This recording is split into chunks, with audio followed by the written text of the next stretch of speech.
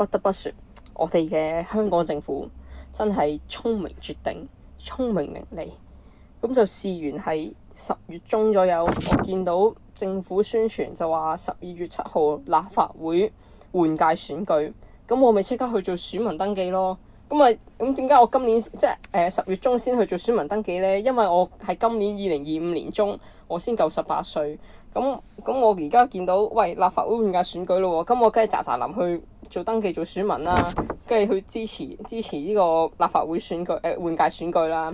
好啦，咁我10月中即係10月17號啊，年中係10月17號去做完呢個登記嘅流程之後呢，佢10月22號就俾翻封信我咯喎，跟住就話即係我冇睇後面啲內容啦，我淨係睇前面，即係前面寫咗我地址名啊嗰啲嘢啦，係啦，跟住佢話已成功登記成為選民咁樣，好啦，咁我咪撇埋一邊咯，咁我以為好啦，我12月7號就可以投票啦，咁點知我今日屎忽痕開智方便嘅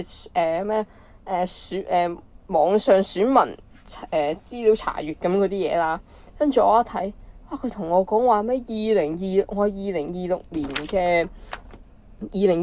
2026年嘅選民登記冊裡面喎，我話唔信邪啦。喂，唔通佢打錯字？我今年專登去申請登記做選民嘅喎，我就係為咗12月7號嘅投票而去登記嘅喎。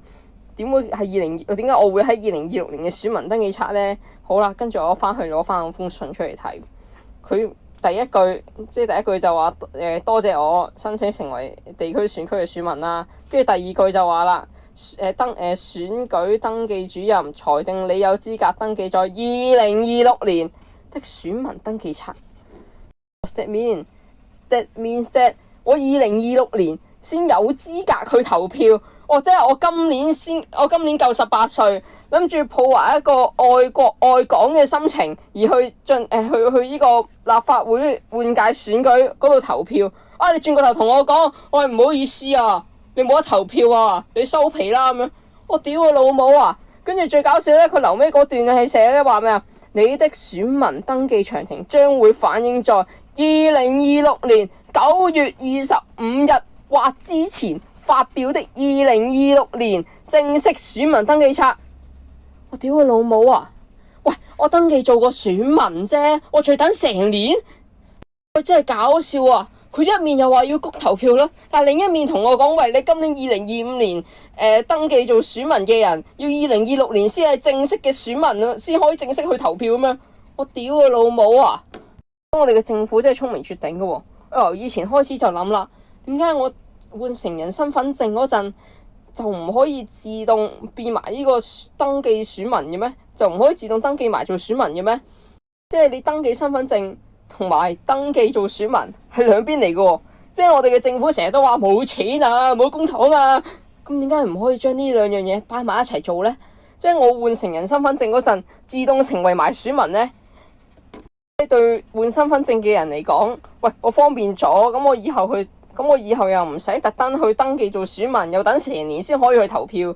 咁對政府嚟講，佢又唔使分，即係另外去拆一啲人手去做選民登記嗰邊啊，又可以慳翻啲錢啊！哇！即係我完全唔明點解佢係諗唔到呢個邏輯嘅喎。總冇可能話係因為私隱問題啩？真係好搞笑嘅喎！即係今年18歲嗰啲呢，係冇得去呢個投票嘅喎。即係如果大家喺香港住啦，又或者有機會嚟香港呢，可以周街睇下，周圍都黐滿晒，包括埋地鐵站過閘機嗰個位都黐話咩？12月7號支持立法會換屆選舉。咁我有一顆愛國愛港嘅心，我都冇得去咩喎？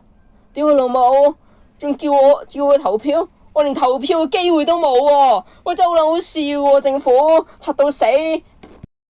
你呢啲嘢，呢啲咁簡單嘅嘢，你都要搞成年，搞咁耐。喂，即係我登記完做選民，我唔可以即刻去投票。喂，呢啲嘢你都搞唔好嘅，係咪？唔好換屆選舉啦，你搞掂呢啲嘢先啦。